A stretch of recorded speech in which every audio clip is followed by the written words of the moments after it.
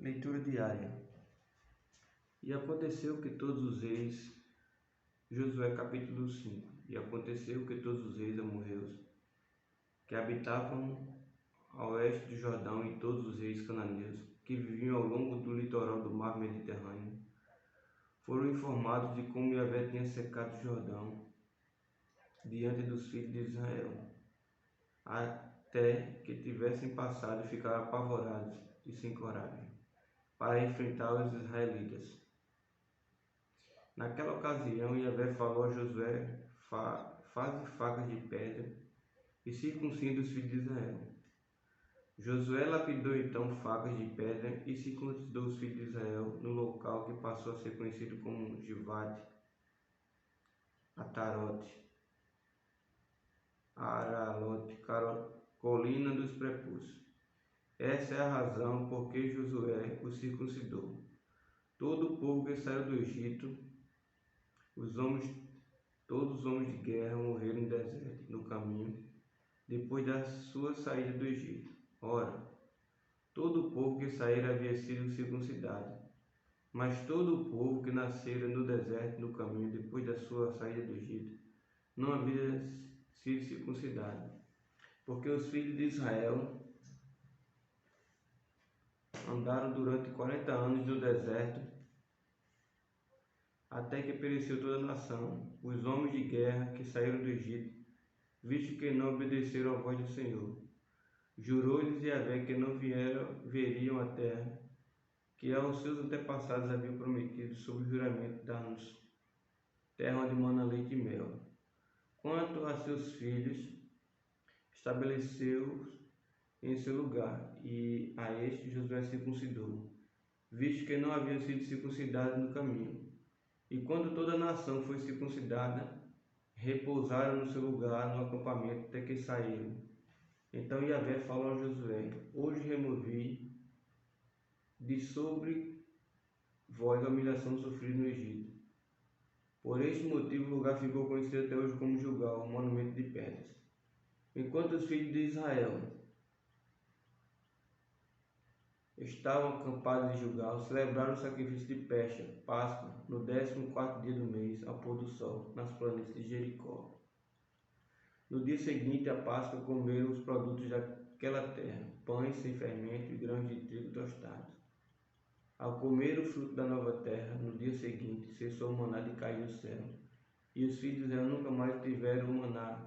Todavia, deste ano em diante, começaram a se alimentar dos frutos da terra de Canaã.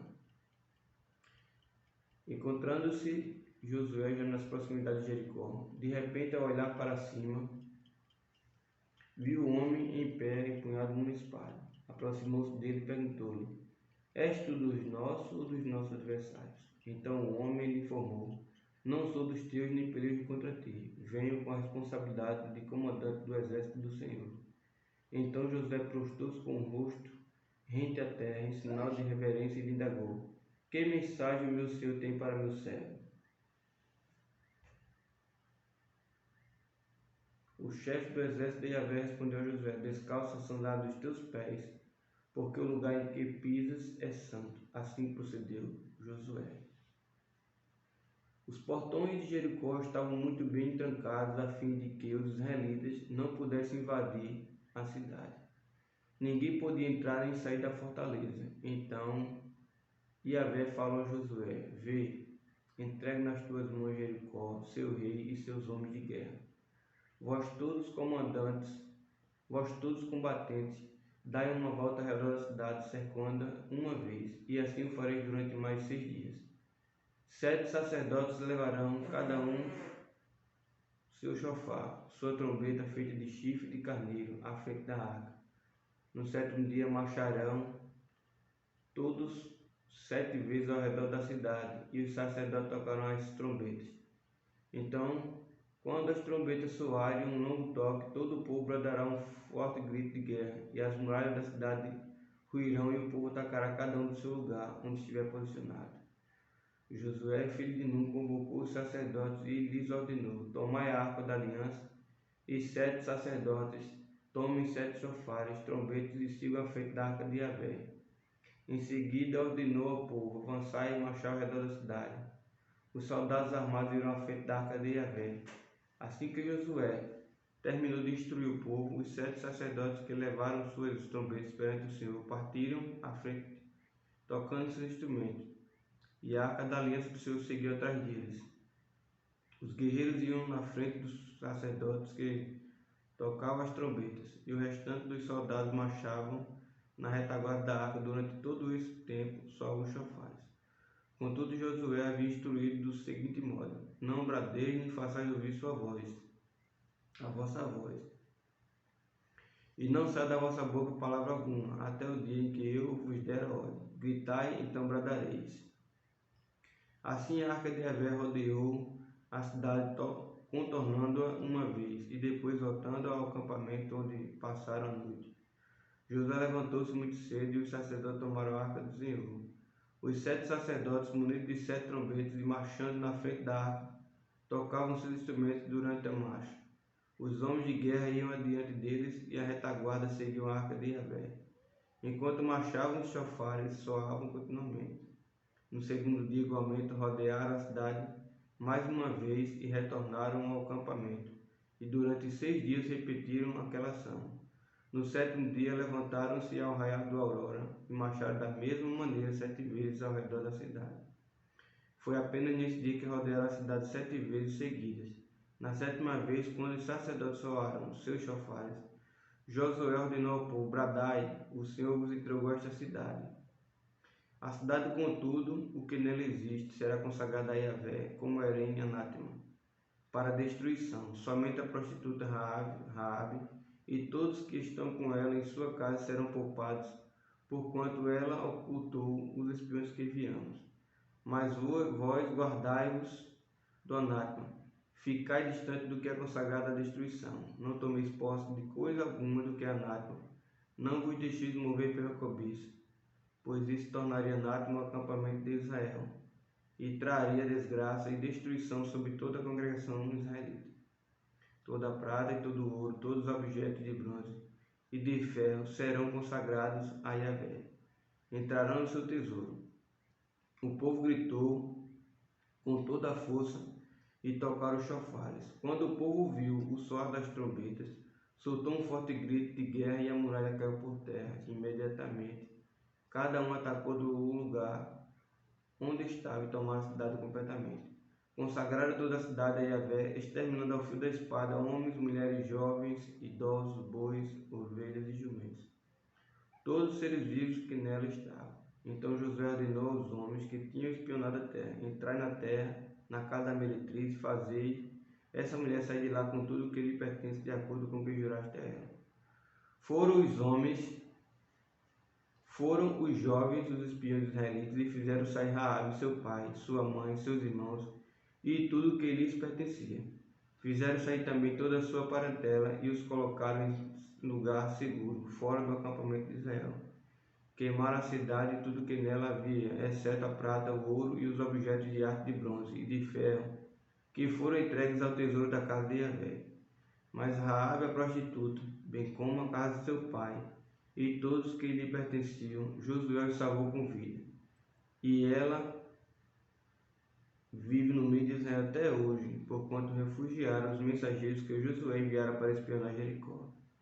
Naquela ocasião, Josué proclamou este juramento solene: maldito seja diante de Yahvé o homem que reconstruir a cidade de Jericó.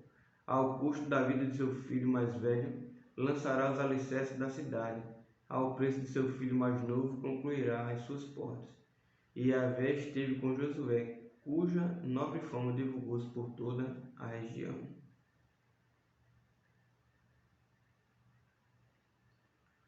Salmos, capítulo 99.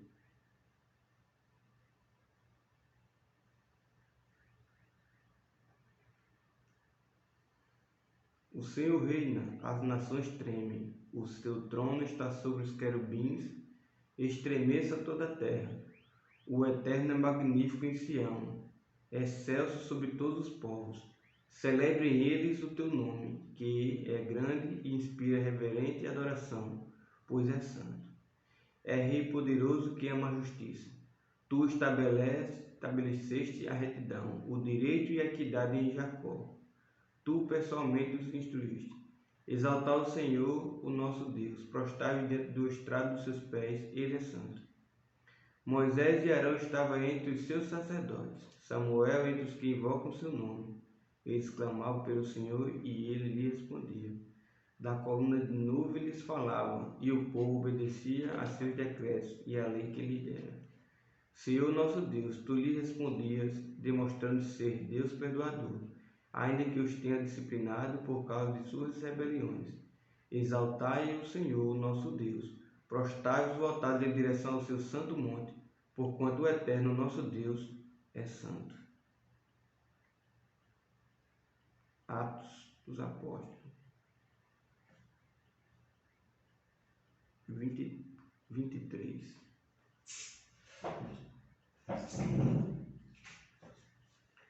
Paulo, olhando atentamente para o Sinédrio, declarou: Caros compatriotas, até o dia de hoje tenho cumprido meu dever perante Deus com toda a boa consciência. Entretanto, o sumo sacerdote Ananias deu ordens aos que estavam mais próximos de Paulo para lhes esbofeteassem na boca. Diante disso, Paulo lhe afirmou: Deus te ferirá a parede de caiada, pois tu estás aí sentado para julgar-me, segundo a lei, e contra a lei mandas que eu seja agredido? Os que estavam ao redor exclamaram: Como ouso insultar o sumo sacerdote de Deus? Então Paulo replicou: Eu não sabia, irmãos, que esse homem é o sumo sacerdote. Afinal está escrito: Não falarás mal de uma autoridade do teu povo. Contudo, sabendo Paulo que uma parte dos sinédrios se compunha de saduceus e outros de fariseus, bradou diante de todos: Irmãos, eu sou fariseu, filho de fariseus. Eis que estou sendo julgado por causa da minha esperança na ressurreição dos mortos. Ao proferir essas palavras, estabeleceu-se uma violenta polêmica entre os fariseus e os saduceus, e a assembleia ficou dividida. Porquanto os saduceus afirmam que não existe ressurreição, nem anjos, nem espíritos. Os fariseus, porém, acreditam em tudo isso. Houve então muita discussão e gritaria. Alguns dos mestres da lei, que eram fariseus, se levantaram e começaram a esbravejar, não encontrando neste homem mal algum. Quem pode garantir que não foi mesmo um espírito ou um anjo que falou com ele? Diante disso, a discussão se tornou tão acirrada que os comandantes teve receio que Paulo fosse estraçalhado pela multidão, enfurecido. Então ordenou que as tropas descessem e tirassem a força do meio deles e o levassem para a fortaleza. Na noite seguinte, o Senhor surgiu ao lado de Paulo e lhe afirmou: Sê corajoso. Assim como deste testemunho da minha pessoa em Jerusalém, deverás de igual modo testemunhar em Roma. Na manhã seguinte, os judeus planejaram uma cilada e jejuaram solenemente, que não comeriam nem beberiam enquanto não tirassem a vida de Paulo.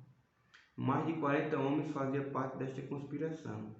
Estes foram até os chefes dos sacerdotes e aos líderes dos judeus e rogaram: Fizemos um juramento, sob pena de maldição, de não provarmos alimento algum até matarmos a Paulo.